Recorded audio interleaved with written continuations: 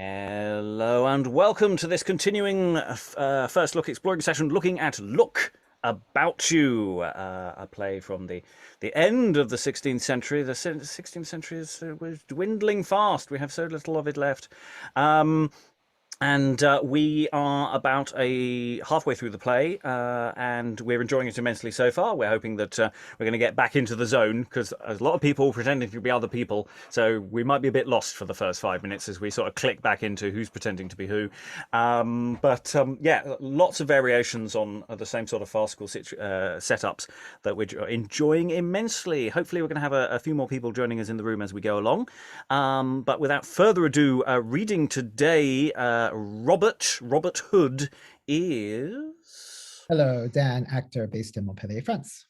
Reading Servant, Fauconbridge, and maybe some other parts as well is... Hello, my name is Lynn Freitas. I'm a college composition teacher. I live in the Northwestern United States.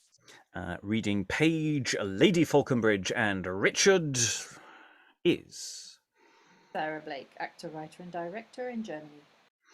Reading John and the very, very angry Prince John, and Redcap is... Alan Scott, civilian in Suffolk, UK. Reading the marvellously named Skink is... Rachael, lizard on the East Coast. Don't skink shame me.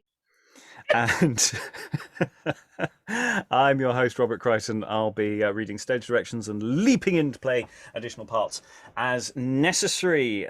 We are up to the running ongoing scenes listing of scene 24, but in reality it's scene 10 in terms of actual sort of units of action, depending on which version you're looking at. And we're going to dive into this. We're meeting up with Robin Hood, who is some interesting things going on here. I think this was set up last time, but I have actually slightly forgotten the setup, so let's just see how it unfurls. So scene 10 or scene 24, enter Robin Hood in the Lady Fauconbridge's gown, night attire on his head. Oh, for this lady, was never poor gentleman troubled with late gentlewoman as I am with myself. My Lady Fauconbridge hath fitted me a turn. Here I am, visited with sleeveless errands and with asking for this, madam, and that thing, madam, that they make almost mad in earnest. Whoop, here's another client. And enter a serving man. Here's my Lady Rofford's page, attends to speak with your ladyship. I pray ye, bid her lordship's page come into my ladyship. And exit the serving man. Well, Robin Hood, part with these petticoats, and cast these loose devices from thy bag. I ne'er go more on trust, never be kerchiefed, never have this ado with what you lack. Enter Page. Madam, my lady greets your honour kindly and sends you the first grapes of her young vine. I am much indebted to her honour. There's an angel for you to drink. Set them up after supper. Humphrey, pray look about for Block. Humphrey, trust me, I think the fool be lost. No, forsooth, madam. He's upon the green, jesting with a stammerer, one Redcap. He's a lewd fellow. Pray bid him come in youth. I'll give him his welcome at the door. Commend me to the lady, your lady, I pray you heartily. Exit Page. Humphrey, I marvel, where is Sir Richard is so late? Truly, he does not as beseems a gentleman of his calling. Pray, let's go some forth to meet him on the green and send in the blockhead Block.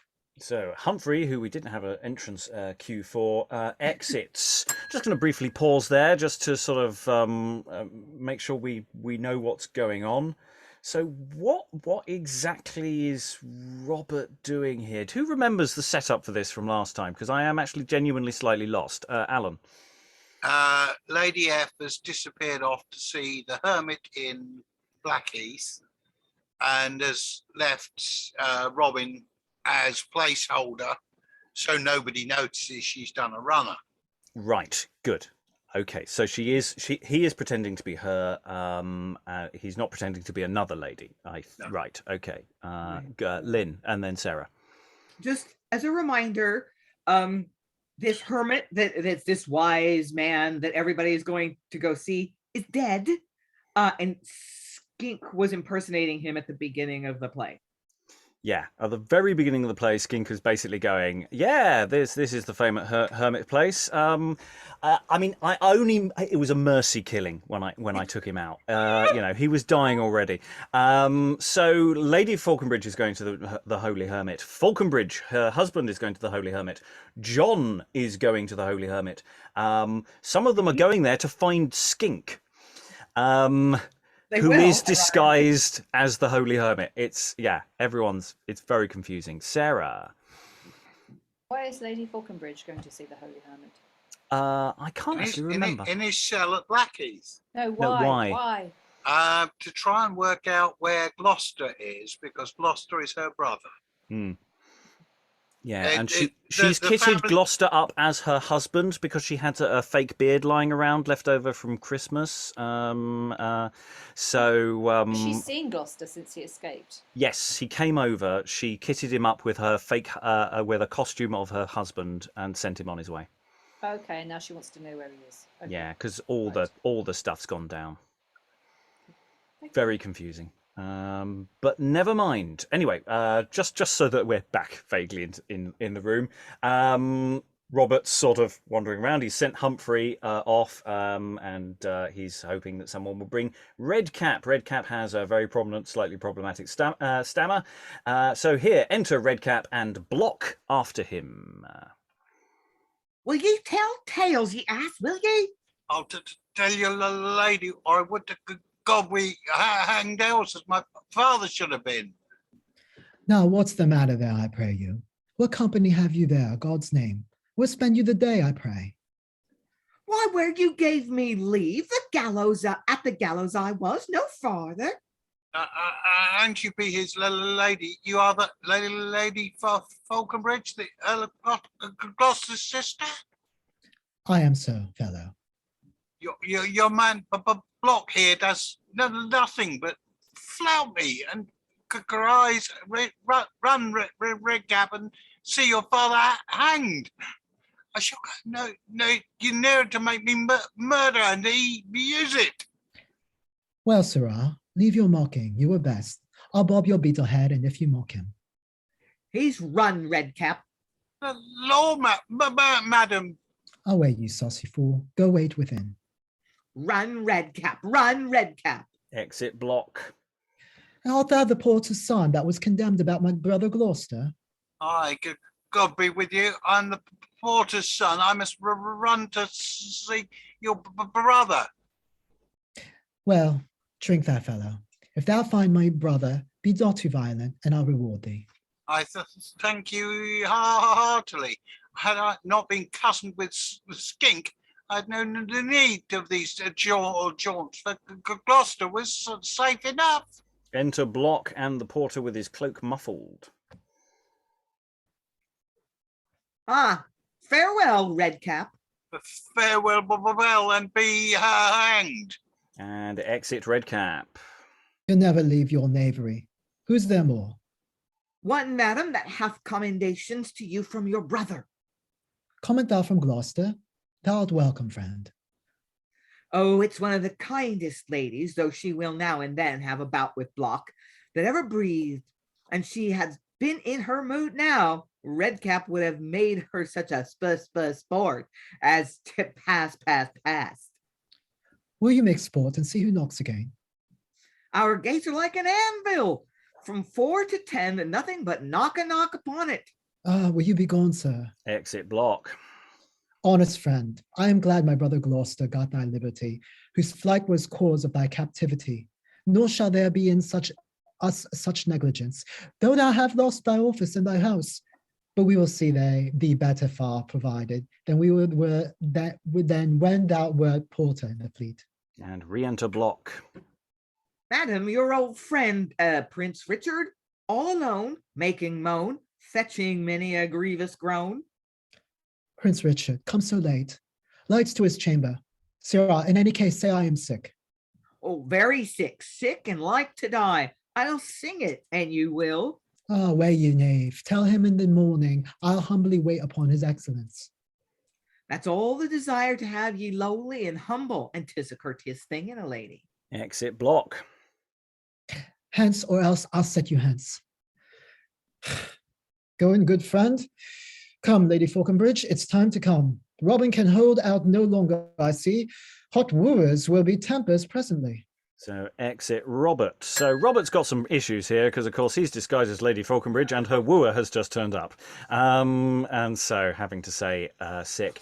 So the porter, it looks like Gloucester has paroled the porter who was sentenced to death in the previous scene or scenes. It seems to be intimated there that good things might be happening to that. So you've got Redcap because Robert is talking to the porter who enters but doesn't seem to say anything. Am I misreading that? Alan? That seems right. I think we had in an earlier scene that Porter and Block were brothers. So unless there's been a substitution of one for t'other,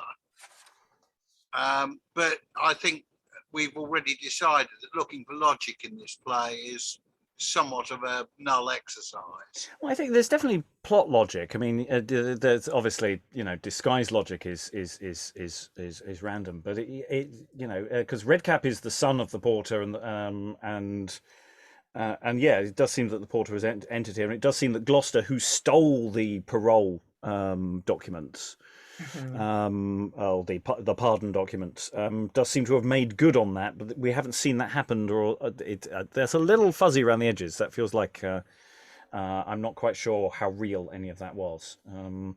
But it's the fact that we seem to have the porter on stage, but the porter doesn't actually say anything.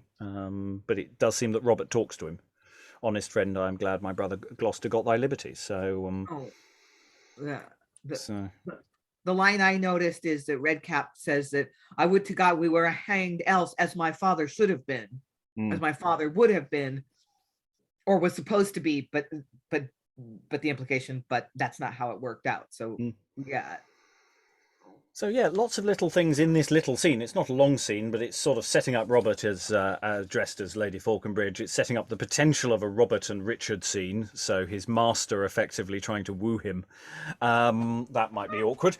So yeah, I'll see how that goes. Anyway, we're going to move on into the next scene. Scene 11 or scene 25, depending on your point of view. And as has been set up at great length, enter Skink like a hermit. Now, holy Skink, in thy religious weed, look out for purchase or thy wanted clients. Warrants, quoth you. I was fairly warranted. Young Robin Hood, the Earl of Huntingdon, shall never fetch me more unto his prince. Enter Lady Fauconbridge in merchant wife's attire. But pauca verbas, Skink. A prize, a prize. By the mass, a pretty girl. Close, hermit, close. Over here, if thou canst, what she desires. For so my cunning and my credit spreads. See how affection arms my feeble strength to this so desperate journeying all alone, while Robin Hood, young Earl of Huntingdon, plays Lady Fauconbridge for me at home. What mystery is this? The Lady Fauconbridge, it's she? Sweet fortune, thou hast sent her well. I will entice this morsel to myself. Her husband's jealous, I will give him cause. As he believes, I hope it shall succeed. Nay, swoons, it shall. She's mine in scorn of speed. By this broad beaten path, it should appear the holy hermit's cave cannot be far. And if I err not, this is he himself. What honoured tongue inquireth for the hermit? What honoured tongue? I, Lady Fauconbridge. I know ye, and I know for what ye come. For Gloucester and your husband's jealousy. O thou, whose eye of contemplation looks through the window of the highest heavens, resolve thy handmaid where Earl Gloucester lives, and whether he shall live, and scape the hate of proud young Henry and his brother John. I'll have you first in. I'll tell you more anon. Madame, They say bushes have ears and eyes, and these are matters of great secrecy. And you'll vouchsafe enter my holy cell. There what you long to know I'll quickly tell. Enter, unfortunately, John and Fauconbridge. Stay, here are strangers. A plague upon them. Come they in the nick to hinder Reynard of his fox's trick. And Lady Fauconbridge retires a little. Good day, old hermit. So to you, fair dame. By Eleanor's grey eyes, she's fair indeed. Sweetheart, come ye for holy beneficence? Hermit, hast thou good custom with such clients? I cannot blame your feats, your juggling tricks. Plague juggle you. Why curse ye sacred worth? Ill done, in sooth, my lord, very ill done. Wrong holiness, a very pretty woman. Mock gravity, by the mass, a cherry lip. It's not well done to deride a holy hermit. I have it in my purse, shall make amends. His purse and yours shall make me some amends for hindering me this morning from the lady, for scaring me at tavern yesternight, for having back your chain. I'll fit you both. Hermit, a word. A word with you, fair mistress. Where lie your devils that tell you all your news? Would you trouble them for half an hour to know what is become of traitor Gloucester, that in my clothes broke prisoner in the fleet? No, it was Skink. Come, old fool, ye dote. But hear me.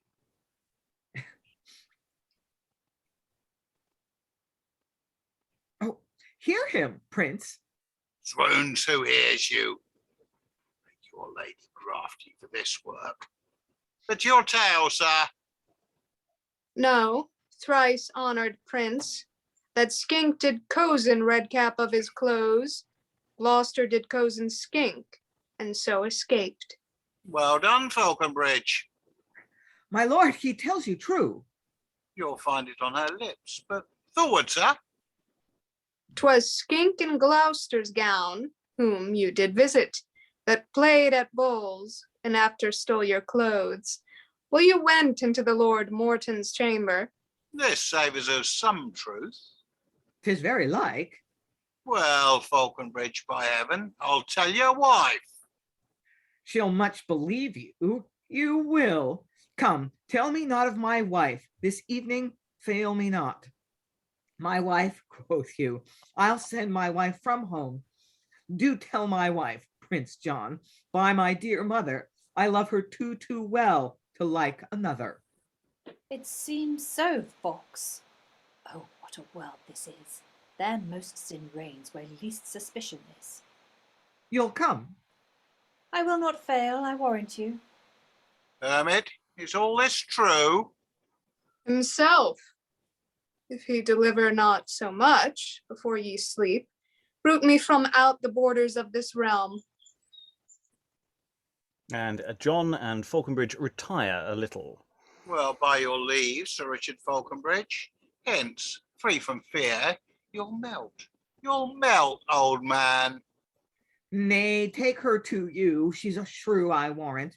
I'll to the holy hermit and inquire about my chain, your sword, the pursuivant, and other matters that I have to ask. He retires. John addresses the lady. You're welcome, good Sir Richard. Nay, do not stand on terms. I'm a fire all life, nor tell me that I have a wife. I do not mean to marry, ye think so, but to be merry, you the manner know, and you will have me point of meeting. I'll be your true love, you shall be my sweeting. If you deny to promise, this is plain, I'll have my will ere you get home again. Most gracious lord. Tell me not of grace, I like no goodness, but a beauteous face. Be therefore brief, give me your hand and swear, or I'll away with you into the heath. Neither shall Fauconbridge nor hermit help, and what I'll do, I'll answer well enough.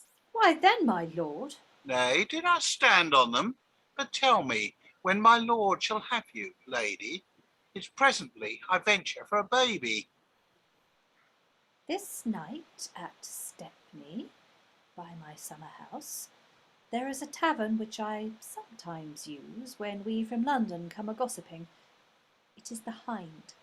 Give me thy pretty hand. They'll meet me at the Hind. I'll be thy roe. One word's enough. Suffice, then be it so. I'll fit my old adulterer and your grace. I'll send the princess thither in my place. Prince John, the hermit tells me wonders. He says it was Skink that scaped us at the tavern. Skink had my chain. Nay, sure, that Skink did all. I say, go but to yonder corner, and ere the sun be half an hour higher, there will be the thief attempt a robbery. Who? Skink? Will Skink? I Skink upon my word. Shall we go seize upon him, good Prince John? Nay, we will have him, that's no question. And yet not hurt the honest rogue. He'll help us well in quest of changing Gloucester. Hermit, farewell. Lady, keep your hour. Adieu, old hermit. Soon in the evening, lass.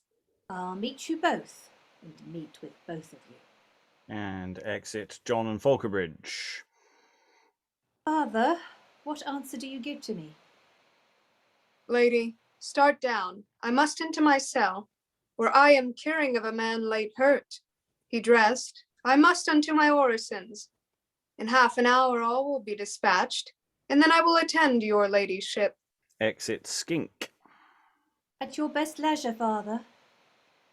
Oh, the life that this thrice reverend hermit leadeth here! How far remote from mortal vanities, baits to the soul, enticements to the eye! How far is he unlike my lustful lord, who, being given himself to be unchaste, thinks all men like himself in their effects, and injures me that never had a thought to wrong the sacred rites of spotless faith.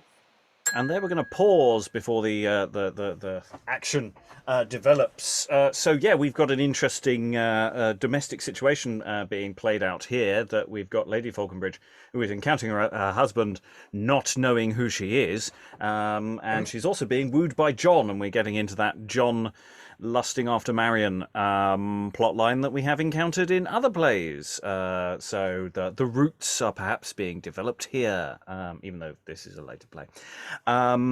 So yeah, we've got Skink basically just telling the truth. I mean, Skink's, because he knows all this, he was there. So in a sense, he's not even really trying very hard to disrupt or the situation, because all he has to do is just tell everyone, yeah, this is what happened earlier, and make it sound a little bit more mystical. So yeah, I mean, this is an ongoing scene. There's a lot more to come. Thoughts from the room about this particular bit of action or bits of action. There's lots of stuff going on here. Lots of little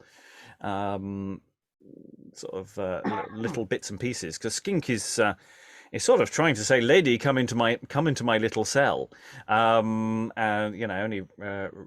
he's interrupted by Fauconbridge and John. They come in the nick to hinder Reynard of his fox's trick. So yeah, references to Reynard the fox there, and those narratives. So yeah, Skink's motives are not necessarily great, and there's these sort of weird. I'm just going to keep talking until somebody waves. So we've got Fauconbridge basically lusting after his own wife without knowing that it's his wife. She's, I suppose, understandable, but except for the fact that surely should. Well, we know disguise in this play is automatic. Put on a hat, you've no idea who anybody is. Yeah, that's how it works. Thoughts on the room, Sarah? Yeah, I don't really have much of a thought. I just thought I'd interrupt you because you seem to need interrupting so you could have a glass of water. But I just feel really sorry for Marion because, Skink wants to get her in his little closet. Her own husband's lusting after her when he doesn't realise it's her, and then you've got just John leching all over her, and it's like, whoa. Well, man, this poor woman. Like, is there gonna be a dude in the play who doesn't just try and force himself on her? I mean, ugh. and it started out with Richard wooing her very quite insistently, and even Robert kind of, even though he's supposed to be a boy in this retelling, like kind of really flirting with her. So she's quite the honeypot, isn't she? Mm. But it's interesting actually comparing the different styles, because Robert is, doing very much the courtly love stuff, and it's all quite formal. Richard is more direct, but he's still playing the game. John is just going, "It's presently I'll venture for a baby, yeah, come back to," it's just going, dude, no. Alan. Yeah, I think Robin Hood's probably going to go for the Nuremberg defence, just following orders. Well, I say, but he is definitely a classier proposition than John, because John is just awful. So is the average toad on the path. So yeah, other thoughts before we move on, because I say there's a lot more action in this scene to come. Because it's going to get a little more complicated, as if it wasn't already complicated enough. Okay, so enter Skink. So lady's still on stage. She's been talking to the audience about, men. Enter Skink with a patch on his face and a falconer's lure in his hand. Hermit, farewell. I'll pay ye or speak with ye next time I see ye. Sweet mouse, the hermit bids you stay here. He'll visit you anon. Now John and Fauconbridge, I'll match ye. And I do not say Skink's wretch, a wren, a worm. When I have tricked them, madame, I will trim you. Commodity is to be preferred before pleasure. And profit, Skink, for crowns that make the kingly thoughts. And exit Skink. Lady is left still thinking the hermit's in his cave. I am assured that man's some murderer. Good Father Hermit, speak and comfort me. I press, good old man. I pray ye, speak. And she enters the hermit's cave. What's here? A beard. A counterfeited hair. The hermit's portesse, garments, and his beads. Jesus defend me. I will fly this den. It is some thief's cave, no haunt for holy men. What if the murderer, as I guess him one, set on my husband? Tush, Prince John and he are able to defend their noble selves. However, I will not tarry. I'll away, lest unto theft and rape I prove a prey. Exit Lady Fauconbridge. We'll go straight into the next unit of action, scene 26. Enter Skink Solus. Yonder they are. I'll fit them. Here's my ground. How? Wow! Enter Fauconbridge and John. I warrant you, my lord, some man's distressed. My man, 'tis a falconer. Marry me, good fellow, I think thou hadst been robbed. Robbed, sir? No. He that comes to rob me shall have a hard match on't. Yet 2 good fellows had like to have been robbed by one tall thief, had not I stepped in. A bots on him. I lost a hawk by him, and yet I cared not to send another after him. So I could find the thief. And hereabout he is. I know he is squatted. Sayest thou me so? We'll find him by St. Mary, an honest fellow, a good commonwealth man. There are caves hereabout, good fellow, are there not? Yes, sir. Tread the ground, sir, and you shall hear their hollowness. This way, sir, this way. Help, Fauconbridge. Oh, help me, Prince John. I'll help you both. Deliver, sir, deliver.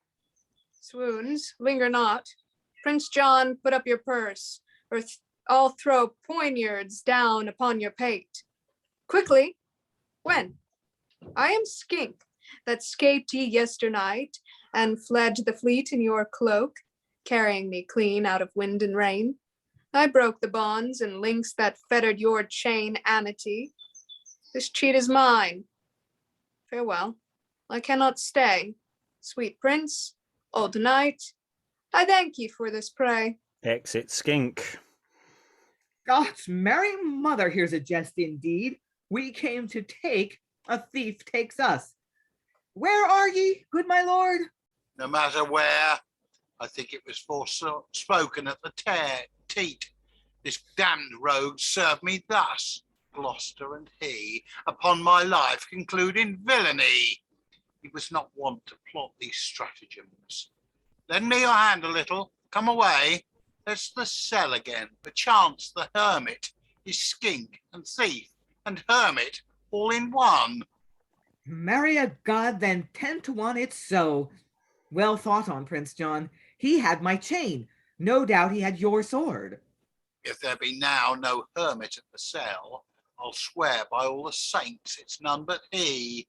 And we can infer that they're in the cell, and we'll emerge from it in a moment. Again, this scene effectively sort of continuing the action from the previous scene, that these scenes are all flowing into each other. Whether we break them down into individual units or not, I'm not 100% certain. So Skink, having disguised himself as a falconer, then throws off the disguise as he robs Prince John and Fauconbridge. So, you know, he gets his moment of ha ha ha ha. I'll get you, yeah, it's Skink is having fun, doing things and running around, causing mischief for no desperately readily apparent reason. Hello, Briony. Welcome. Lynn, do you have any thoughts we want to throw in there? I did.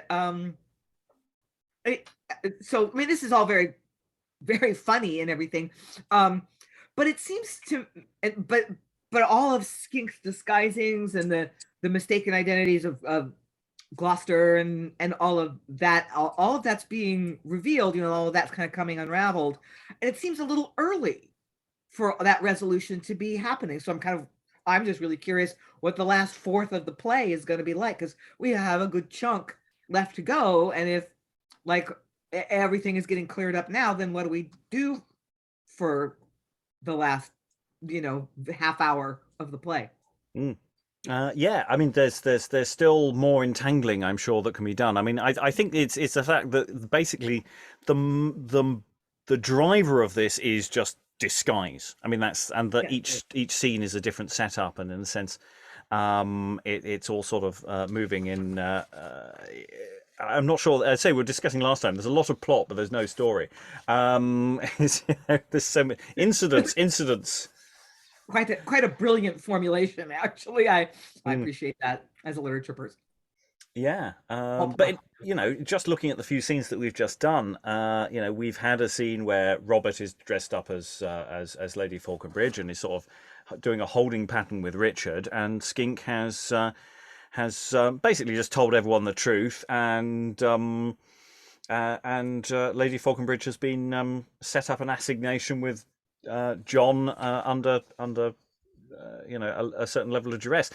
Skink's robbed them. In a sense, nothing's really happened, because in a sense, Skink is still where he was. Everyone was still hunting Skink. They're now hunting Skink for another reason. I mean, Skink, if he's caught, is now seriously doomed, because he's not just a murderer; he's also just robbed the third in line to the throne. He's at sword point. So yeah, it's not a great plan. Let's see where it's going, because the scene, in a sense, hasn't ended. We just paused where we've got this division of scene 27.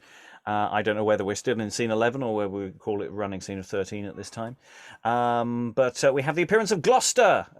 So Briony can join us straight off the bat. So Gloucester is disguised himself. Enter Gloucester in the hermit's gown, putting on the beard. This accident hath hit thy humour, Gloucester. From pursuivant I'll turn a hermit now. Sure, he that keeps this cell's a counterfeit, else what does he here with false hair and beard? Well, howsoe'er it be, I'll seem to be the holy hermit, for such fame there is of one accounted reverend on this heath. Enter Skink. I'll fain unto myself, to my fair lady. But John and Fauconbridge are at my heels, and some odd maid has got into my gown, and walks devoutly like my counterfeit. I cannot stay to question with you now. I have another gown, and all things fit. These guests once rid, new mate, I'll mark you. Exit Skink. What's he a God's name? He's quickly gone. I am for him, were he Robin Goodfellow, who's yonder, the Prince John and Fauconbridge. I think they haunt me like my genie, one good, the other ill. By the mass they pry and look upon me but suspiciously. This is not Skink. The hermit is not Skink. He is a learned, reverend, holy man. He is a very godly man, I warrant ye. He's at his book, at his prayers. We should have took you by my halidom, even for a very thief. Now, God forfend, such noble men as you should guess me so. I never gave such cause, for aught I know. Yet thou didst tell us Skink should do a robbery, appointed us the place, and there we found him. And he felt us, for he hath robbed us both. He's a lewd fellow, but he shall be taken. I had rather hear of Gloucester than of him. Gloucester did cheat him of the same gold chain that deceived Sir Richard Fauconbridge. He got your sword, Prince John. 'Twas he that saved the porter and beguiled the pursuivant. A vengeance on him. Do not curse, good prince. He's bad enough. 'Twere better to pray for him. I'll kill thee, and thou bid us pray for him. I'll fell the woods, and ring thee round with fire. Make thee an offering unto fierce revenge, if thou hast but a thought to pray for him. I am bound to pray for all men, chiefly Christians. Ha! For Christians, thinkst thou he is one? For men, hast thou opinion he is a man? He that changes himself to sundry shapes? Is he a Christian? Can he be a man? Oh, irreligious thoughts! Why, worthy prince, I saw him christened, dipped into the font. Then 9 times, like the northern Laplanders, he backward circled the sacred font, and 9 times backward said his orisons, as often cursed the glorious host of heaven, as many times invoked the fiends of hell, and so turned witch, for Gloucester is a witch. Have patience, gentle prince. He shall appear before your kingly father speedily. Shall he indeed? Sweet comfort kiss thy cheek, peace circle in thy aged honoured head. When he is taken, hermit, I protest, I'll build thee up a chapel and a shrine. I'll have thee worshipped as a man divine. Assure ye he shall come, and Skink shall come. Aye, that same Skink, I prithee send that Skink. Send both, as prisoners criminate, shall forfeit their lives, lost lives to England's state. Which way will Fauconbridge? Over the water, and so with all speed I may to Stepney. I must to Stepney too, and revel and be blithe. Old knight, wink at my mirth. Time make amends, so thou and I and our friends may be friends. With all my heart, Prince John. Old Fauconbridge will wait upon your grace. Be good to Gloucester for my Marion's sake, and me and mine you shall your servants make. Of that anon, my pleasure being served, Gloucester shall have what Gloucester hath deserved. Why, that's well said. Adieu, good honest hermit. And exit for Fauconbridge. Hermit, farewell. Had my desire, I'd make the world thy wondrous deeds admire. Exit John. Still good, still passing good. Gloucester is still Henry's true hate, foe to John's froward will, no more of that. For them in better time. If this same hermit be an honest man, he will protect me by his simple life. If not, I care not. I'll be ever Gloucester. Make him my footstool if he be a slave, for baseness over worth can have no power. Robin, bethink thee, thou art come from kings, then scorn to be a slave to underlings. Look well about thee, lad, and thou shalt see them burst in envy that would injure thee. Hermit, I'll meet you in your hermit's gown. Honest, I'll love you. Worse, I'll knock you down. Exit Gloucester. Look well about thee. Look well about thee. Just getting the title in there in a slight textual variant. Always nice to have. So yeah, so this whole sequence in the cave, the hermit's cell, quite a lengthy sequence that we stopped and started through. Yeah, it has a nice mirroring to it in the sense that Skink, basically tells the truth and tells his victims that he's going to rob them in a minute, and then does. And then we have a scene where Gloucester says, be nice to Gloucester. Gloucester's all right. Maybe forgive Gloucester. We're all Christians here. Forgive Gloucester. And setting up his own forgiveness, at least seeding the thought, even if John is still quite intransigent on his general iriness. Yeah. So yeah, it's sort of moving in that right sort of direction. But yeah, it's a sort of interesting double scene in that sense. Lynn. Yeah, I want to skip to the end, although everything else is really super interesting too. Who wants to gloss this last monologue of Gloucester's for me? Like, when he's talking to the hermit, does he mean himself as the hermit? Does he think the hermit's still alive? What's going? I'm so confused. I think he's talking about himself. I think because nobody knows the hermit's dead. As far as Gloucester's concerned, he's just turned up and he's found a fake beard and gone, oh well, I'll have that. To add to his collection of fake beards that he's now got underneath his habit, presumably. So. Yeah, it's interesting questions about precisely where John and Fauconbridge go on the stage space and how that is manoeuvred in terms of Gloucester finding that as well. It's slightly unclear how, but we had this question earlier about precisely which part of the stage is being used at different times and how the motion around the stage is working. I'm so confused. Thoughts about that closing Gloucester speech. What is Gloucester saying there? Because you're right, it is a bit weird, isn't it? I suppose he's saying I could be a hermit, couldn't I? Or I could be Gloucester. Go back to being Gloucester. So when he says, if this same hermit be an honest man, he will protect me by his simple life. So is he saying, if the political heat doesn't cool down, I can just keep this disguise and stay alive that way? Is that what that could be? Yeah, I think that's probably it. Briony. Yeah, it sounds almost like he's kind of losing his grip on who he is a little bit as well, in terms of all these disguises. Speaking about himself in the third person. Oh no, Yeah. We had that in a comedy a few months ago. The guy was a merchant and was supposed dead, and he again had a stammer. Remember that? There's a moment where someone's dressed up as him, and he kind of I'm not sure I'm me anymore.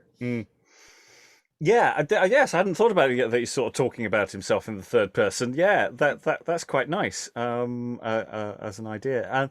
And yeah, it's almost that pastoral fantasy thing, isn't it? Of just going, well, I could stop being a lord and I could just be a hermit. It doesn't quite go that far, but it sort of touches on the edges. Alan, then Rachel.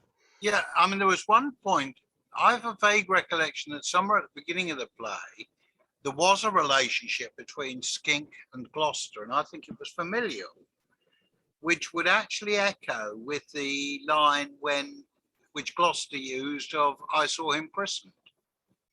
It's actually the truth there. Well, and it's. It was right back at the beginning of the play. I can't find the piece immediately. Yeah, I don't recall that. Gloucester's, is able to say he saw Gloucester christened in a sense because he was presumably there when he was christened. Rachel, then Briony. I was going to say that closing Gloucester thing, the way I interpreted it was he's talking about Skink, because at the very top of the scene, Skink says, I'll meet you again and I'll mess with you, when these guys clear off. And I guess the way I interpreted it was that he was saying if the hermit is like a real hermit, he'll protect me through the church. And if he's not like a real person, I'll meet him in his gown and I'll, beat the crap out of him. Briony. Yeah, I just wanted to point out, like, the characters definitely do have really subtly different kind of voices, because obviously this is the first time I've read Gloucester, and it feels very different to anything I've read in the previous 2 sessions from this play. So there is like a difference in how the characters speak. Which is quite important when everyone's pretending to be everybody else. You need something you can perform and hang your hat on, so you know where you are. Other thoughts before we move on? So we've had a lengthy sequence. I was wondering at the beginning of this long scene, actually, because we were talking last time that we'd sort of hit a nice point where you'd put an interval.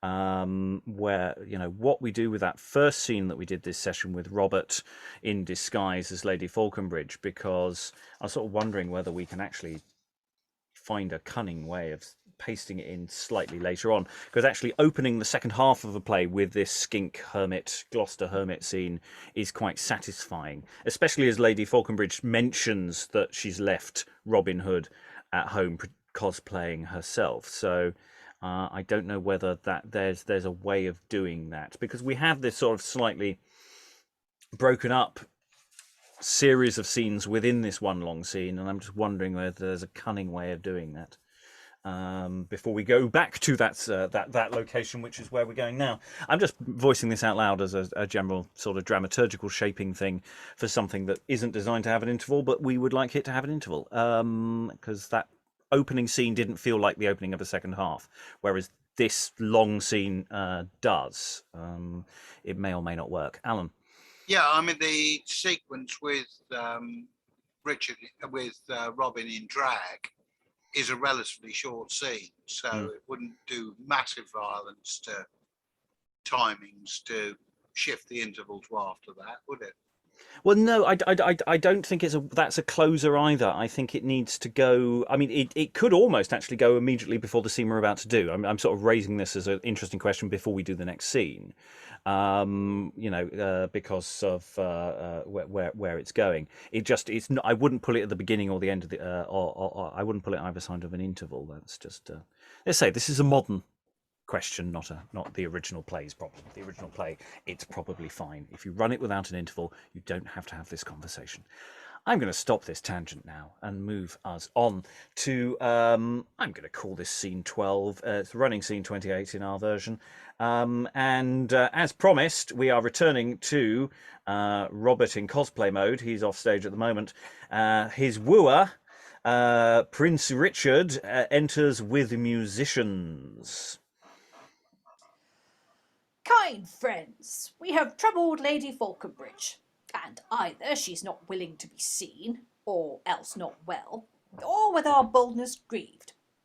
To ease these, I have brought you to this window, knowing you are in music excellent. I have penned a ditty here, and I desire you would sing it for her love and my content. With all my heart, my lord. Enter Robin Hood, like the Lady Fauconbridge. Your excellence forgets your princely worth. If I may humbly crave it at your hands, let me desire this music be dismissed. Forbear, I pray, and withdraw yourselves. And exeunt the musicians. Be not offended, gracious Marion. Under the upper heaven, 9 goodly spheres turn with a motion ever musical. In palaces of kings, melodious sounds offer pleasures to their sovereign ears. In temples, white milk-clothed choristers sing sacred anthems, bowing to the shrine. And in the fields, whole choirs of winged clerks salute the morning bright and crystalline. Then blame not me. You are my heaven, my queen, my saint, my comfort, brighter than the morn. To you all music and all praise is due. For your delight, for you delight was born. The world would have no mirth, no joy, no day, if from the world your beauty were away. Ah, fie on love's blasphemy and forgery. To call that in, that's only misery. I that am wedded to suspicious age, solicited by your lascivious youth, I that have only one poor comfort living, Gloucester, my brother, my high-hearted brother, he flies for fear, lest he should faint and fall into the hands of hate tyrannical. What would you I should do? I would forfeit my brother Gloucester had his peace again. Shall love be my reward if I do bring a certain token of his good estate, and after pacify my brother's wrath? Say you will love, he will be fortunate. I will. No more. I vow to die unblessed if I perform not this imposed quest. But one word, madam, pray, can you tell where Huntingdon my ward is? I was bold to send young Robin Hood, your noble warder, upon some business of import for me. I am glad he is employed in your affairs. Farewell, kind fair. Let not one cloudy frown shadow the bright sun of thy beauty's light. Be confident in this, I'll find thy brother. Raise power, but he'll have peace. Only perform your gracious promise at my back return. Well, here's my hand, Prince Richard. That same night, which secondeth the day of your return, I'll be your bedfellow, and from that hour forswear the loathed bed of Fauconbridge. Be speedy, therefore, as you hope to speed. Oh, that I were as large-winged as the wind, then should you see my expeditious will. My most desire, adieu, guess by my haste of your sweet promise the delicious taste. Exit Richard. Why so, I am rid of him by this device. He would else have tired me with his songs and sighs. Enter Block. But now I shall have ease. Here comes the saint to whom such suit was made. And we'll return to our original Block. Briony. My lady gentlewoman is even here in her privity walk. Madam, here's the merchant's wife was here yesterday, would speak with ye. Oh, I was somewhat bold to bring her in. Enter Lady Fauconbridge, disguised as a merchant's wife. Well, leave us, sir. You're welcome, gentlewoman.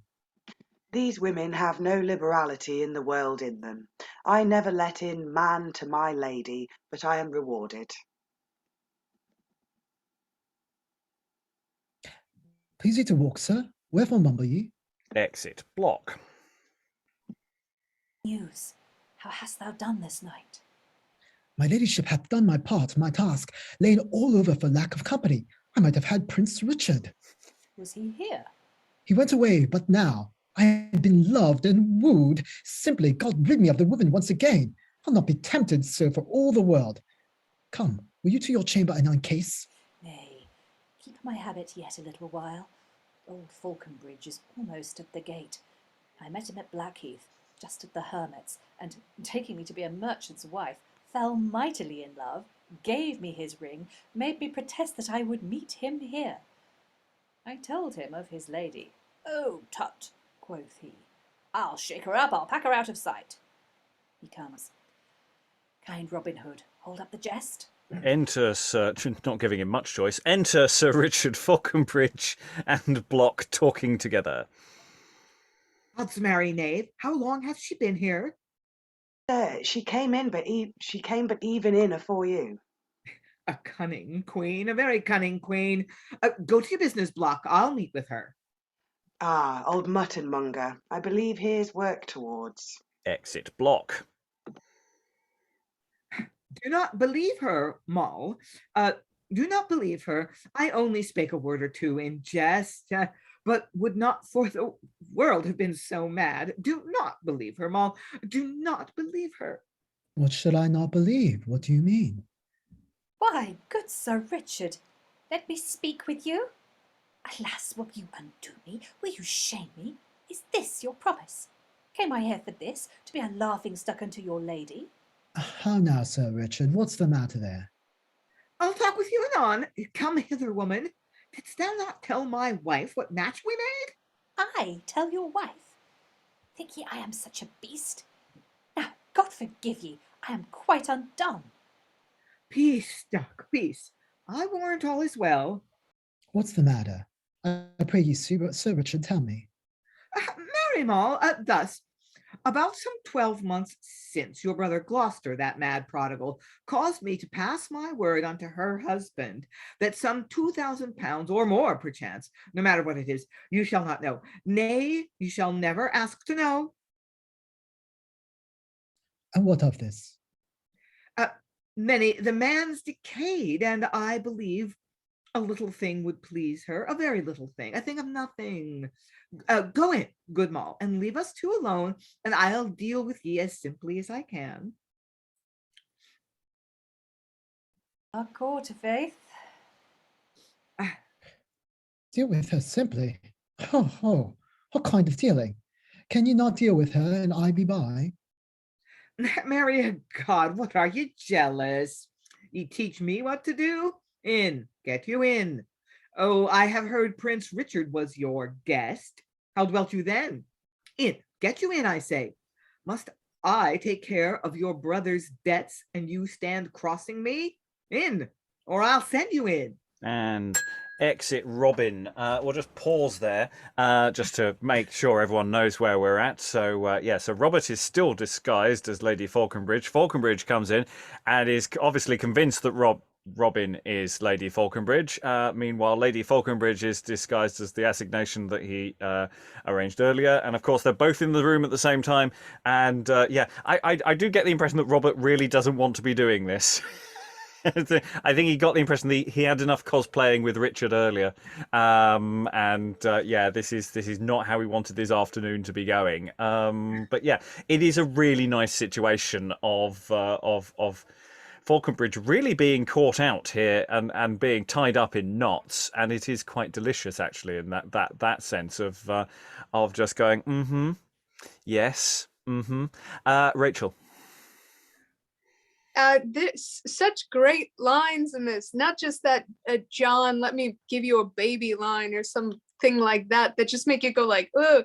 But here when he's like, oh, I'm taking care of your brother's debts as the ruse to his wooing cheating that he's gonna go in on. That's so that's such a thing to have heard as like the audience for this scene, and also to be as an actor in that scene for Marion in her disguise. Like I can feel the rage meter building for her. Like she's about to hit her special move in the fighting game. Yeah, and I do. There are some really nice lines in here. I do particularly like Robert's just going, "I might have had Prince Richard." I know, I'm sure there's some shift there, but that's going to land really nicely. We should talk about Richard's wooing. How was Richard's wooing? We've been discussing the various techniques. John, subtle as a brick. How was Richard's wooing for people? Sarah, you were Richard. Slobbery, I think. At least that's what I had in my head when I was playing him. He was trying to do the noble prince thing, but he was actually slobbering all over her. Yeah. Yeah, he's Robert, how are you feeling on the receiving end of this particular situation? Not sure because I'm in disguise. So I'm putting up I'm basically hiding how I'm feeling about all of this. Yeah, I mean it's because it's an interesting thing because of course we've got this prolonged wooing of Lady Fauconbridge in this play. Robert's been doing the wooing before. Robert is now being her on the behalf of Richard, who is now wooing him as her. And then, yeah, this is. I'm trying to think of another permutation that the author could actually put into this this confusion, and I don't think I can think of another one, because that's the thing with farce. The question is always, how can you make the situation worse? And sure, there are ways to make it worse, I'm sure. But within the sort of logic of how many combinations of things can you put into one scene, I think they've pretty much got most of them. Rachael, then Sarah. This between Prince Richard and Lady Fauconbridge, it reminded me of that.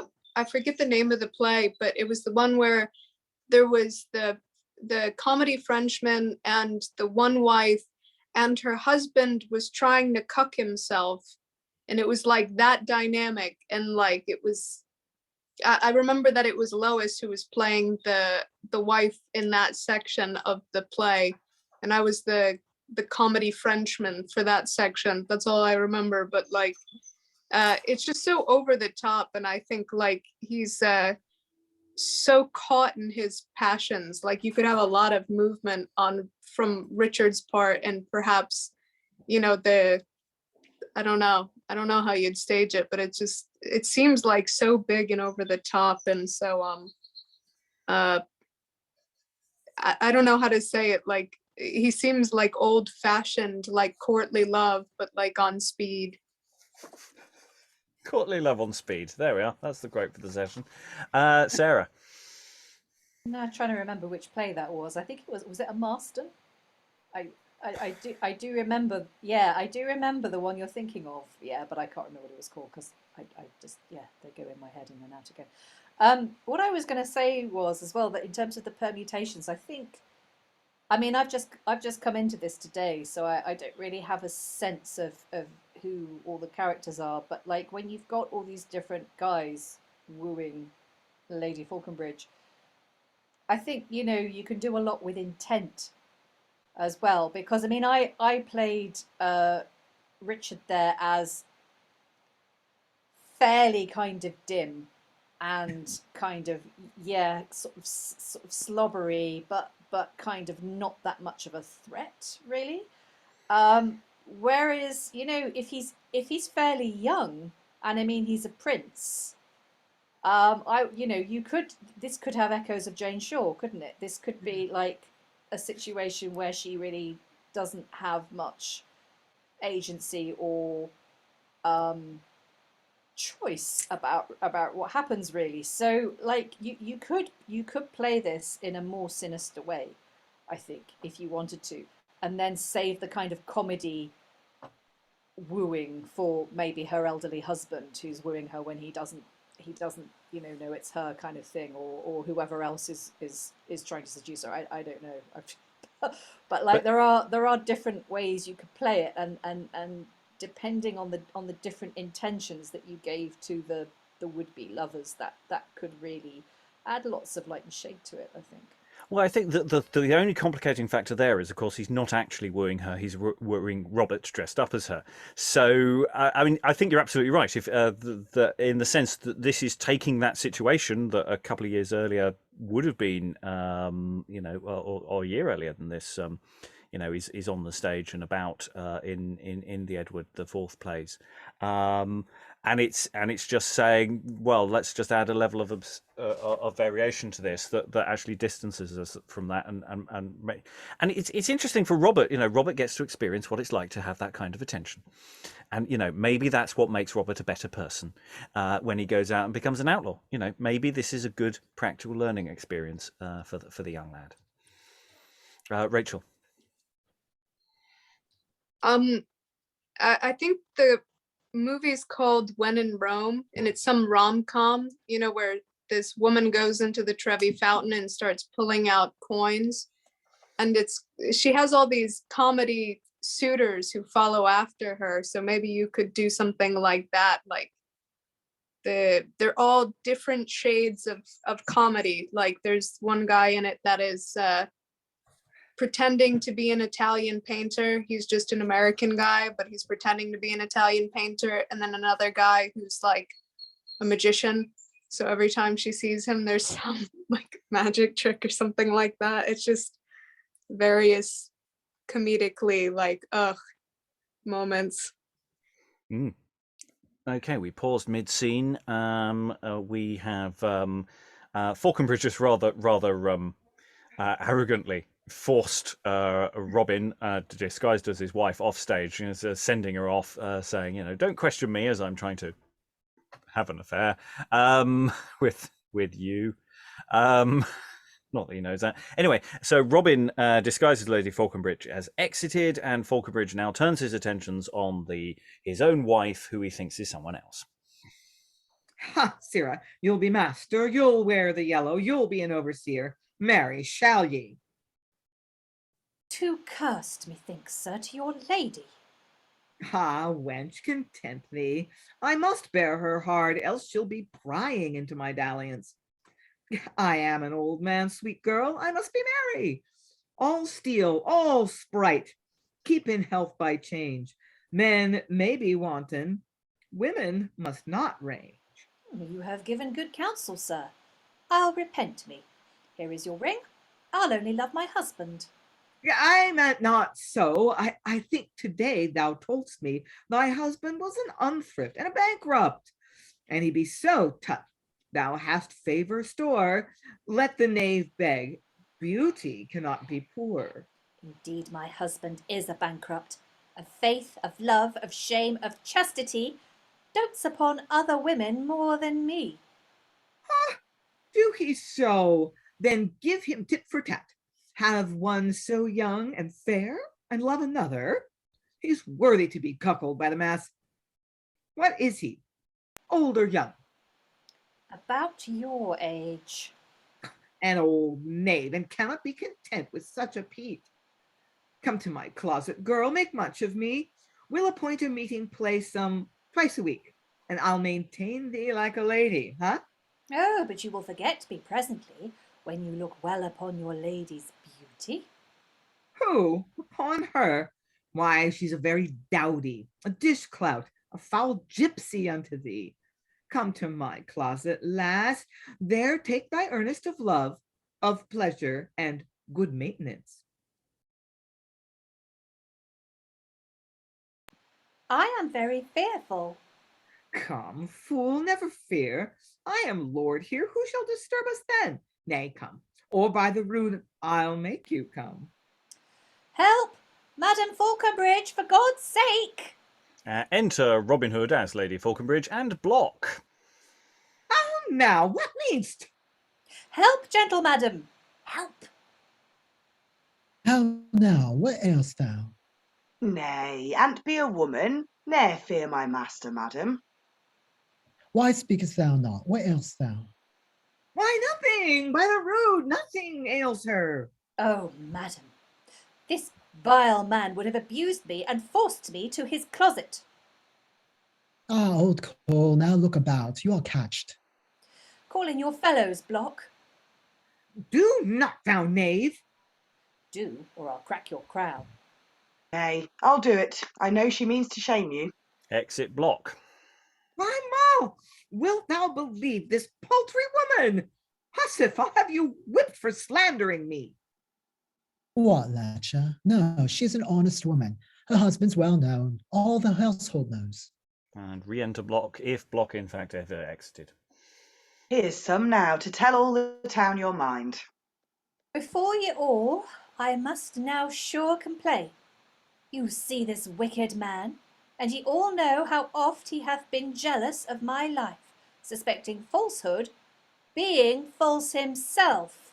Oh, master, oh, master. She slanders me. She is a cousining queen. Fetch me the constable. I'll have her punished. The constable for me? Fie, fie upon ye. Madam, do you know this ring? It is Sir Richard's.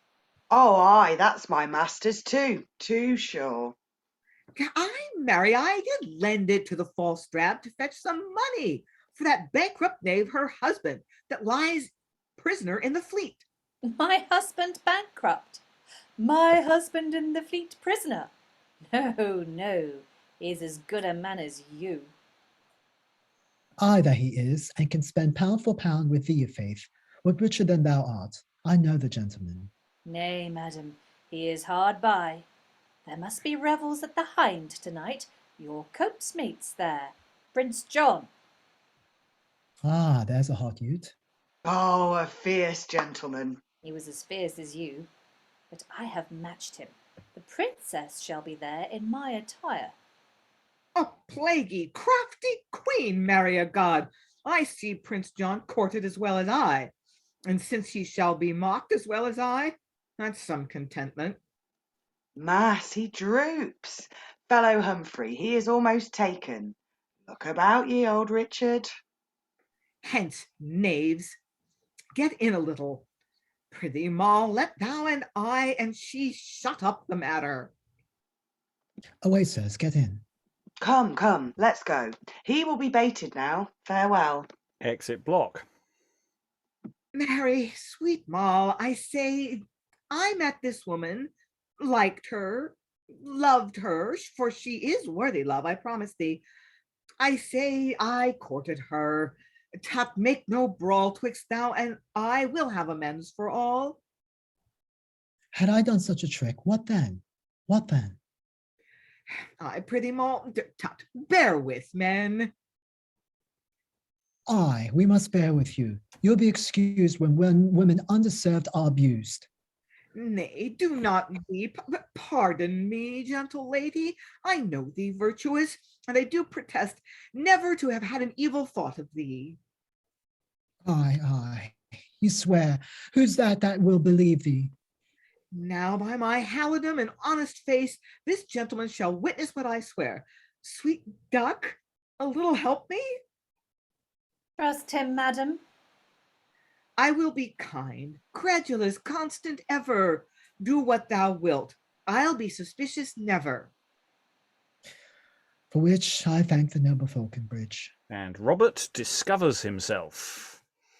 Body o' me, who's this? Young Huntington?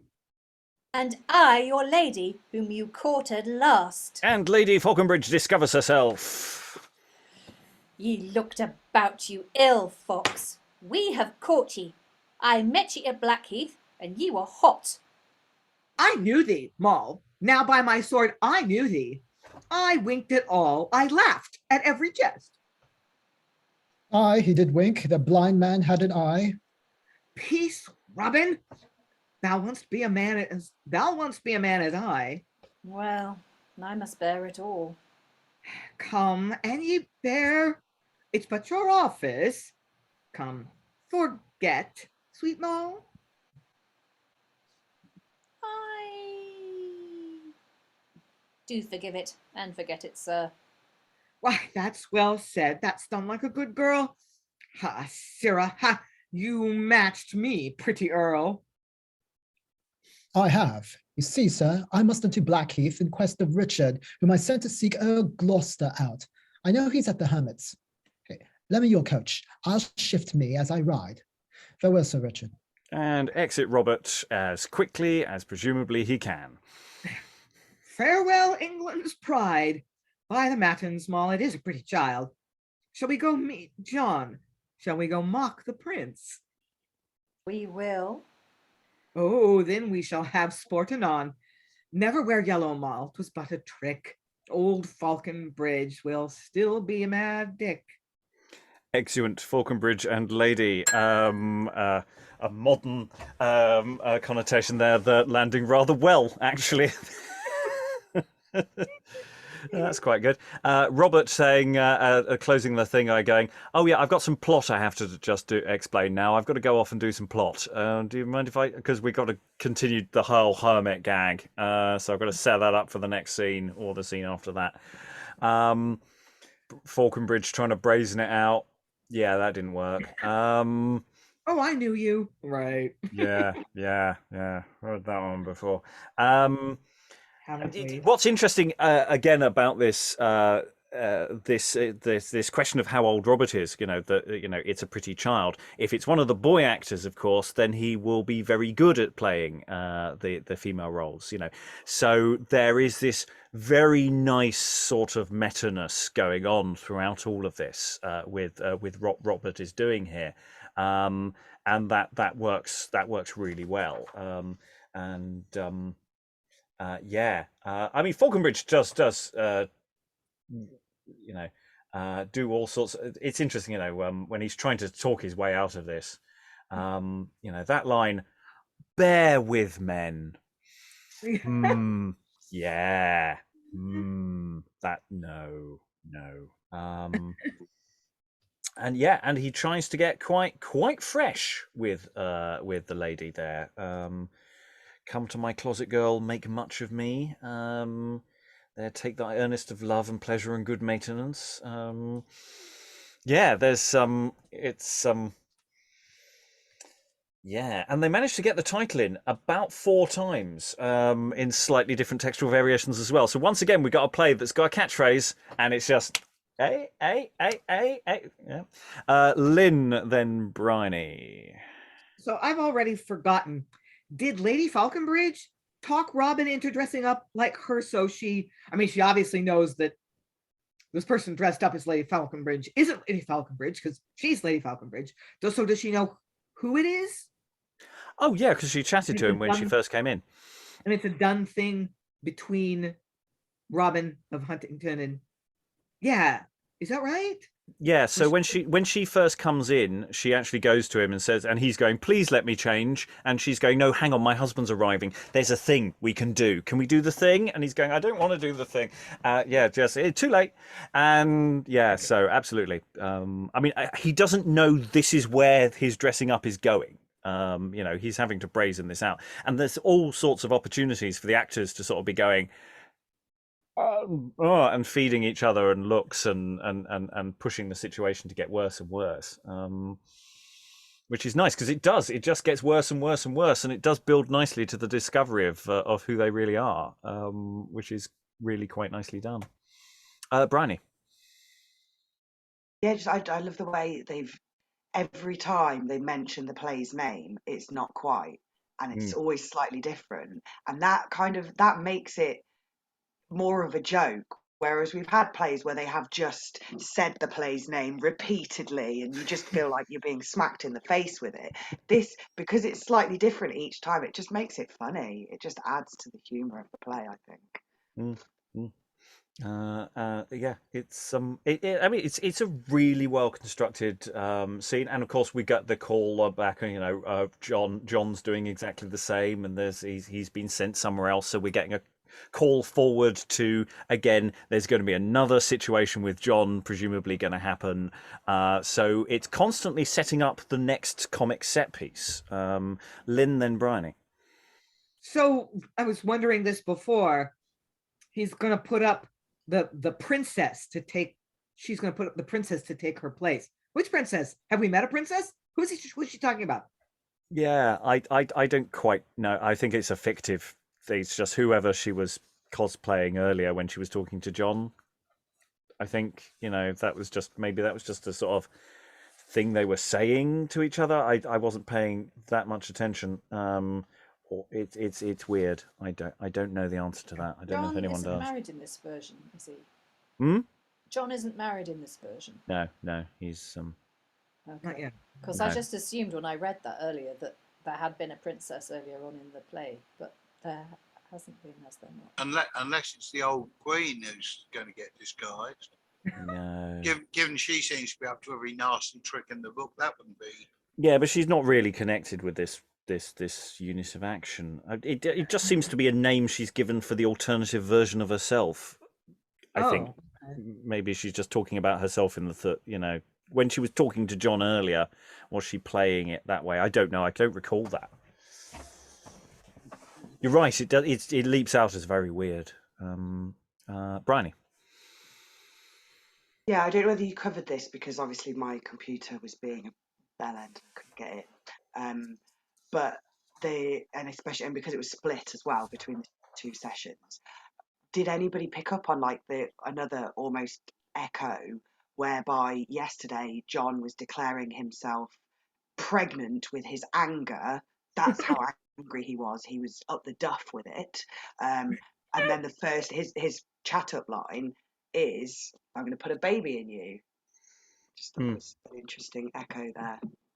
Yeah, it's like it's a running thread in his thought, isn't it? That it just keeps tumbling out. That's someone who really needs to think before he opens his mouth. Rachel, what are you waving? No. Feel free to wave if you want. I'm just sort of trying to find the first reference to Princess and see whether there's some clue in that conversation with Lady and John. But yeah, meet me in Stepney, meet me at the Hind. I'll send the princess thither in my place. It's an aside as well. So no, I don't know. Sarah. I'm not entirely sure who's serving people belong to whom.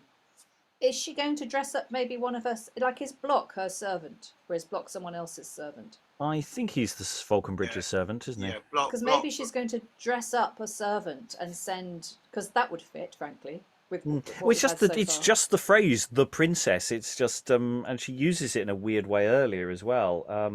Unless that's just her name for Robert after she got him in dressed up, and that I'll send the princess. Or is Redcap going to get her? Oh, don't! You couldn't do that to poor Redcap. I don't know. Got it bad enough as it is. They've done most things to him. Yeah, and I'm just thinking ahead for when Robert and Marion do get together. They've got some fun times because she knows he fits her clothes. I've got a whole new imaginary world going on here for what goes on behind the scenes. So I'm enjoying that immensely. Actually, it has to be said. Yeah, other thoughts. Just Fauconbridge trying to brazen it out, it is really nicely done, and it's the fact that he then sort of turns on this woman who is in fact his wife, and is basically saying, I'll send her away, I'll punish her. He just digs his hole deeper and deeper. Lynn. Yeah, deeper and deeper. It's just like, oh no, you're so much prettier than she is, and yeah. And you just know that every time those lines land, that you're going to you should get an audience response as well, and that it just should build every time. It's just going to get worse and worse. Lynn again, then Rachel. No, I'm. You went. Okay, Rachel. Yeah, Briony put it in the chat how really funny this play is, and that whole scene, I couldn't stop myself from reacting because the things that he was saying and how just amazingly funny this scene is. Yeah, no, it's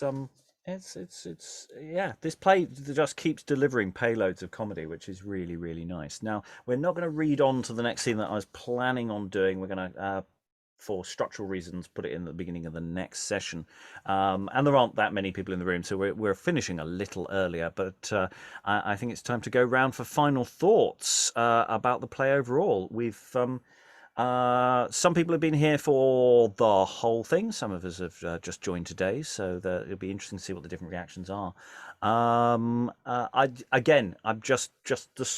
This is so well structured, and works so nicely. I think it is possible actually to elide that scene I was talking about at the beginning into the beginning of this sequence actually, with a few minor trims to make it that you set up he's dressed as Lady Fauconbridge, and we just go straight into that opening. And we can elide the, in theory, time jump. I think that would work to make an interval work better in a modern production. I think that seems plausible. I could backtrack on that in the future, but I think that's quite nice. So, Alan, any final thoughts from you? You've been here all the way through. It's really holding together as a piece overall so far. It's holding together far, far better than I've expected with some of the stuff we've done recently. I've still got a problem with Redcap as with that continuing trope. I think that needs handling with extreme caution.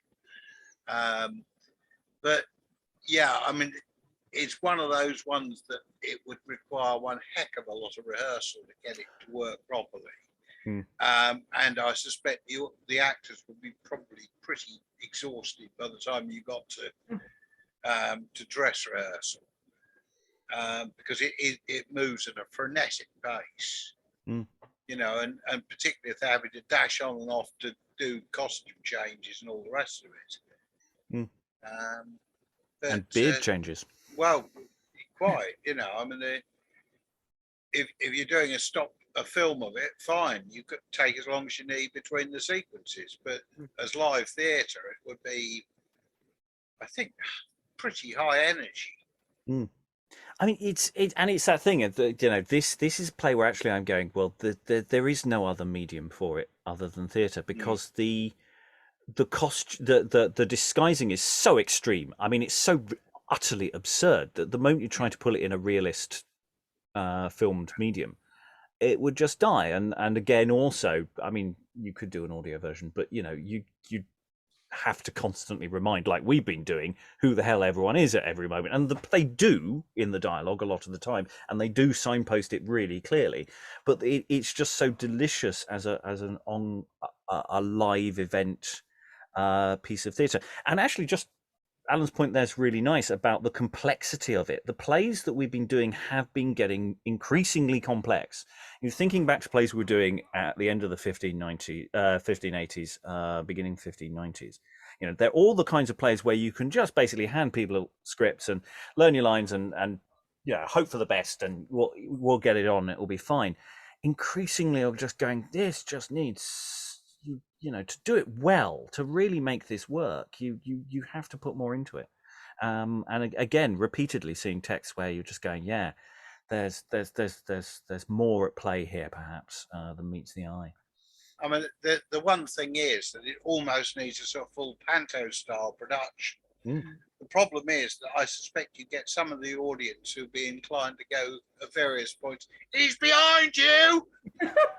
Well, with the repeated refrain of "look about you," you almost think you could almost be asking the audience to just look, you know, see if you can get them say it straight back at them. I mean, I don't think you should go that far, but I think this is more in the meter of farce.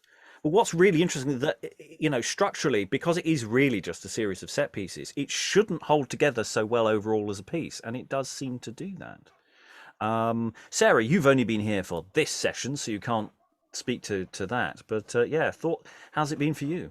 It's a hoot.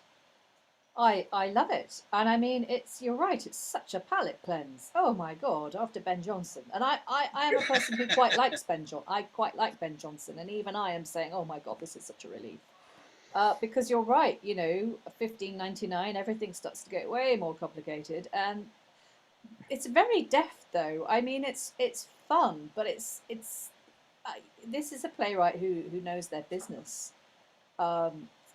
because I mean it appears to be simple, but it's actually, you know, really well structured. The bit that I've read, at least, it's a great play.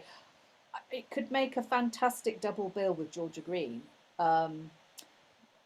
Well, I mean, I say that, I don't know, because I haven't been here for the last two sessions, so I don't know. But tonally, this session today, I think fits so well with it. You know, you could have this one. This is Robin at the beginning of his career, and then Georgia Green is Robin at the end of his career. Like, yeah, and you see Marion, you know, all those years later. I think that could be a really great pairing.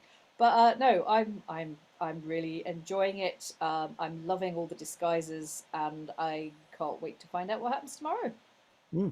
I mean, we've generally Robin Hood has delivered payloads. I mean, apart from perhaps the second Robin Hood play, the Monday ones, the Death of Robin Hood, which got a bit too heavy. The first of those, the downfall of Robert Earl of Huntingdon, was again on a same sort of level as this, as was George Green. And so, you know, it's that thing of saying, you know, if you want to have a fun show that you do, you know, every summer or whatever, you've got we've got at least 3 which are, variations on a theme, and that pleases me enormously, because it's just going, these are open goals, because you can sell this stuff. This is very sellable. That makes me very happy.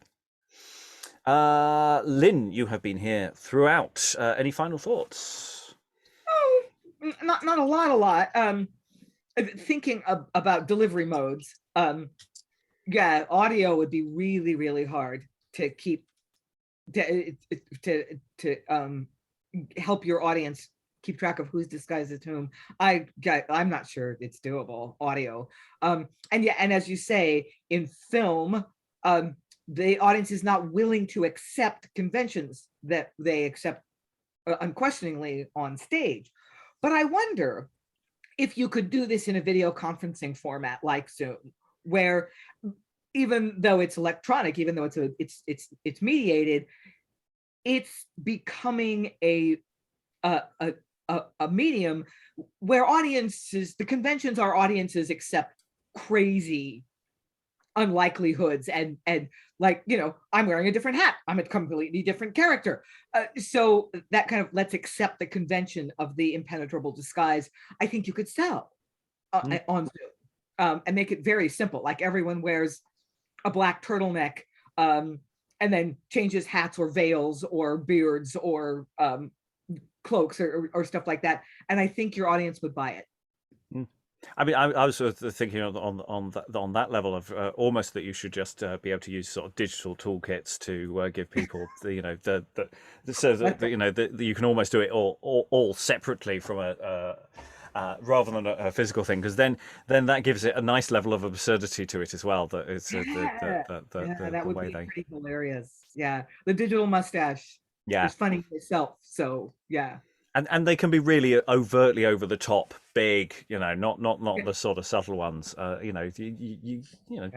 kind of digital toolkit is doable, though it needs a hell of a lot more of a run up than we've got. Dan, you've only been here for this session. Any final thoughts? I do. I actually have quite a few thoughts. Excellent. Yes. So this is an example to me, and it's not just Ben Jonson, but we did just do Jonson, where it felt like it was supposed to be light, but it felt very labored, the entire process. And I felt like we're trying to make it, well, this part was good and this part is good. How can we make it so it's good? Whereas this one, I feel like it's already good. It's already well structured. You don't have to do anything. It's right there. I feel like, whereas with Jonson, it's like, well, in episodes we can do this. It's like, well, this kind of feels like the way we were describing the Jonson stuff, except that's true, where you can pick up on a character like an old film, like in films like James Bond or Kate Hepburn films or James Cagney. What type they're playing. We know Robin Hood's history. We can walk in at any given moment. Oh yeah, I know what's going to happen, even if I don't know what's happening in the story, and it's funny. And it's really smartly written, so you don't even see how clever it is, because it's just so structured well, like you're just following along the story rather than, I don't know about that, and this isn't really working. Or here it's just, I'm going along for the ride, I'm having a good time, which is what a well-written play or a well-written series is like. So I feel like it's riding off of a lot. I mean, obviously the Legend of Robin Hood, but yeah, we have this Monday plays that were just staged there, this Admiral's Men. So this is all familiar stuff, and they can play with all that very easily. So yeah, this is the kind of thing, I mean, like everyone has said, it's a visual thing. It's really adapted to theater. And I think it can do well today as well as it could have done any day, because we kind of know who these character archetypes are. Yeah. I'll go back to Lynn. Yeah, the only thing is, and I think this might be a me thing, I agree, this is like, it's so very nearly plug and play, unlike some of the other texts we've looked at. But I will admit that the very first scene, set in the court with Henry II and Eleanor of Aquitaine as an offstage character, I mean, these are like historical heavy hitters, and the medieval setting as opposed to what would have been a modern setting at the beginning of a play, a contemporaneous with the writing setting. It's it wrong-footed me a little bit. So do you want to do that? Does one want to do that? One want to sort of fake the audience out a little bit? We are having medieval political drama. Ha ha. No, we're not. Or do you want to signal from the beginning? This looks like a medieval romance, but it's really a modern farce. It's like Monty Python that way, though. Mm. So we know immediately, even as serious as it might look, that we know where it's going. So, I mean, it sets different, because we got those two scenes at the beginning, because we also have the scene where we're lied to for 3 minutes before someone goes, ta-da, I'm actually somebody else. You're right, and I'm wrong. That's really the scene that sets the tone, not the scene at court. Because the scene at court is just a really bad Christmas, isn't it? It's a it's Thanksgiving. It's the families all together and they're at war, and that none of them are behaving as they should do. I mean, it doesn't get to fist fights until the second court scene, where it is literally the old king is going, "Get me out of here!" It's very nicely childish. Briony. I'm going to have to really strongly disagree with Lynn, I'm afraid, because I knew from that straight away what the tone was, because they were unlike any other history scene in a history play with all these heavy hitters. I wasn't bored. They were so blunt with each other. There were so many lines where I sat there and thought, can they even say that like with a king in the room? And that, so for me, I knew straight away that it wasn't stuffy. It was not going to be like any of those others, because I was switched onto it straight away. And it didn't lose me, and so I don't know. You couldn't spin that out too far, I don't think. Maybe when the curtain first opens, but like I say, for me, as soon as they started talking to each other, it was just different and alive, and there was something, like I say, just the bluntness of what they were saying to each other. Normally, court stuff is like so many layers of this is what we're saying out loud, but here's all the subtext, and it wasn't. And just, I don't have much more to say about the play, except I'm still really, really loving it, because it plays like a good modern farce. I mean, also just about the way that that sort of court scene opens. We got the sound trumpets, and I'm sort of going, well, how good are the trumpeters? How does that open? And then you've got Robert of Gloucester wandering around in his girt gown, enters fantastical. He's and he doesn't take his seat, and it's there's sort of business to go even before anyone says there any dialogue, before the initial contention starts, and so there's a question of how sent up you make that opening as well. There's room for maneuver. I think it's true actually that a bit starting this one off, figuring out the opening. I imagine there might be a lot of tweaking in previews actually of how that opening works. Of just going, did that quite land? Is that quite the right approach? There is a lot to discuss about those first two scenes to make. Because once I say the ship is sailed, it clips along really nicely. Rachael, any final thoughts? Yeah, I do think if you did this like Monty Python, you could have it on film. I mean, like if somebody had veils, or the hermit had his hood up with the fake beard, and I mean, Game of Thrones, they have those those assassins or whatever that can be like anybody or change anybody, and you could just make like the disguises that Skink takes so laughably bad, and maybe that's still there in the public consciousness of something like that. Or for Redcap's speech pattern, maybe you could maybe they call him Redcap, you could just put such a magnanimous red cap on him that every time he comes into a room it takes him so long, and he's giving the message from halfway in the room as he tries to get his hat in. Yeah, I mean, because Aliki made the suggestion that rather than the stutter, that he's just simply always out of breath because he's always running. In which case, we could make it's red cap. He's got a red face, and it's literally if he's made up to just look completely always red and flushed, that it makes that much easier to work with. I mean, again, there's also this is the kind of text where you just know, give actors a few weeks rehearsals with this. A lot of additional jokes are going to come out of the woodwork. And actually, the director's job is going to be pulling them back from the brink because, bad things could go down. It could get self-indulgent very, very quickly. It's got to be tight. It's got to be tight. Right. Well, I think we're enjoying this. So that's setting us up for the final session. Let's see if the curse of the final session will strike, and we will all go home in despair. I genuinely don't think actually that's going to be a problem. But yes, there's still challenges to be faced. All that remains is to thank all the wonderful readers for their wonderful reading. Thank you very much, and goodbye. Peace, duck. Ah.